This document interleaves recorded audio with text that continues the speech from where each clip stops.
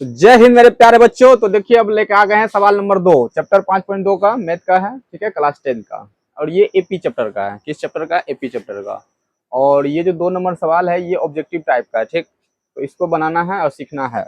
आप सिर्फ अगर ये दिया नहीं रहेगा ये वाला, तो ये जो सवाल है पूरा ये 2 नंबर का सवाल हो जाता है, ठीक है। अगर ऑप्शन दे दिया समझिए ये ऑब्जेक्टिव टाइप का है। ऑब्जेक्टिव में इस तरह आएगा, सवाल दिया रहेगा और ऑब्जेक्टिव में उसका ऑप्शन दिया रहेगा। आपको इसको बनाना है और ऑप्शन जो होगा उसको मारना है, ठीक। तो फिलहाल हम इसको छोड़ देंगे, फिलहाल इसको बनाएंगे। अगर सिर्फ ऐसा ही सवाल आ जाए तो 2 नंबर में आएगा। तो उसको कैसे निकालना है, बोलता है कि एपी 10,7,4 का 30वां पद है। 30वां पद निकालना है कि इसमें 30वां पद कौन सा होगा। जैसे पहला पद ये होता है, दूसरा पद ये होता है, तीसरा पद ये होता है, इसी तरह चौथा, पांचवा, छठा, सातवां, आठवां गया होगा, ठीक ना। तो 30वां पद कौन होगा वो कैसे निकालते हैं, चलिए ध्यान से। तो 30वां पद निकालने का फॉर्मूला जो होता है वो हम लोग पहले सीखेंगे। उसके बाद पहले ये सीख लेंगे कि उसमें जरूरी क्या क्या चीज है। जैसे मान लीजिए हम लोग को A30 निकालना है। 30वां पद मतलब होता है A30। 30वां पद मतलब क्या होता है? A30। A30 को हम लोग लिखते हैं A+29D। क्या लिखते हैं? A+29D। इसका मतलब हमको 30वां पद निकालने के लिए ए की जरूरत है और डी का जरूरत है, ए का और डी का। तो ए ए और डी कहाँ नहीं मिलता है हमको, तो वो जो श्रेणी दिया रहता है उसी से हम लोग ए का मान निकालते हैं और डी का मान निकालते हैं। तो ए का मान क्या होता है, तो जिस श्रेणी जो श्रेणी दिया रहता है उसका सबसे पहला वाला जो होता है वही ए होता है। क्या होता है? ए बोलिए A1 बोलिए। तो ए का मान यहाँ 10 हो जाएगा। क्या हो जाएगा? 10।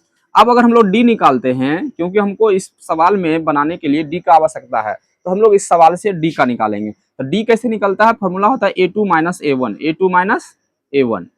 तो A1 तो ये हो गया, A2 ये हो जाता है और A3 ये हो जाता है। इसी तरह आगे बढ़ते जाता है।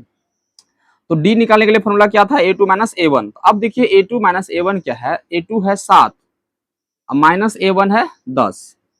अब अगर 7 में 10 घटाते हैं तो -3 आता है। कितना आता है? -3। इसका मतलब है कि डी का मान हमको -3 आ गया। डी का मान कितना आया?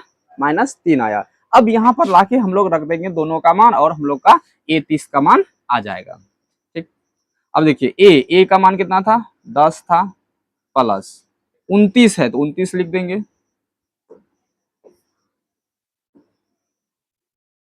गुना डी का मान कितना है? -3।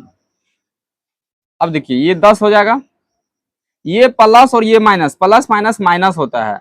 29 दिया करेंगे 87। कैसे होगा? देखिए 3 नमा 27, 7 हासिल 2 और 3 दूनो 6 2 8, तो 87 आ गया ना। अब 10 में 87 घटाएंगे तो -77 आएगा। क्या आएगा? -77।